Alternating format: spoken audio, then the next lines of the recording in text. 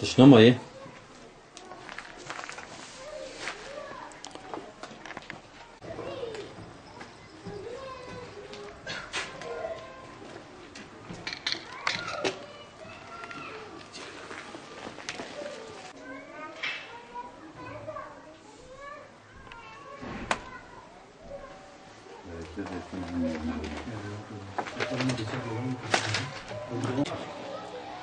Gördüğünüz gibi evde yiyecek eşyam kalmadı.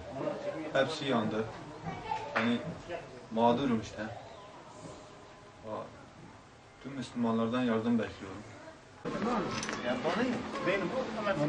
Bu şekil açtım. Şey yani.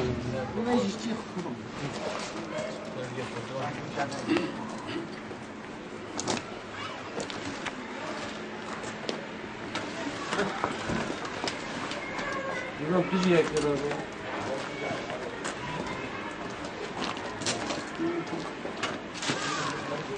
Değinin yoksa? Değinin usta.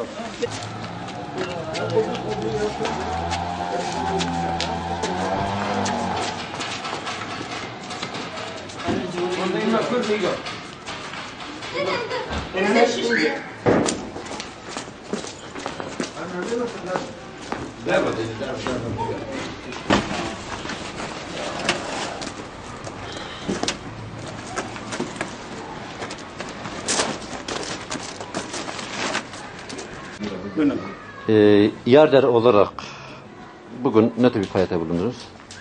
Diğer olarak bir süre önce Bülent abimizin evine ateş düşmüştü. Evi yanmıştı. Gerçekten mağdur durumdaydılar. Biz de Yarder olarak dedik ki kardeşimize nasıl yardımcı olabiliriz, kendilerine nasıl faydalı olabiliriz.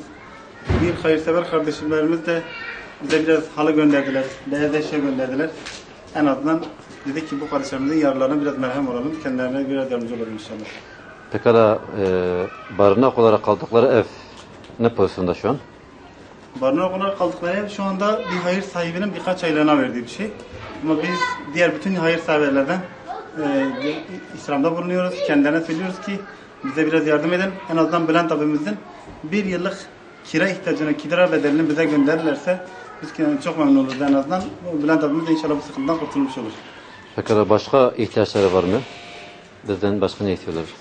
Ne yazık ki bu evimizde hiçbir şeyimiz kalmadı. Evet. Yani ev yanarken sadece 3-5 parça ev yanmadı. Evin tamamı yandı.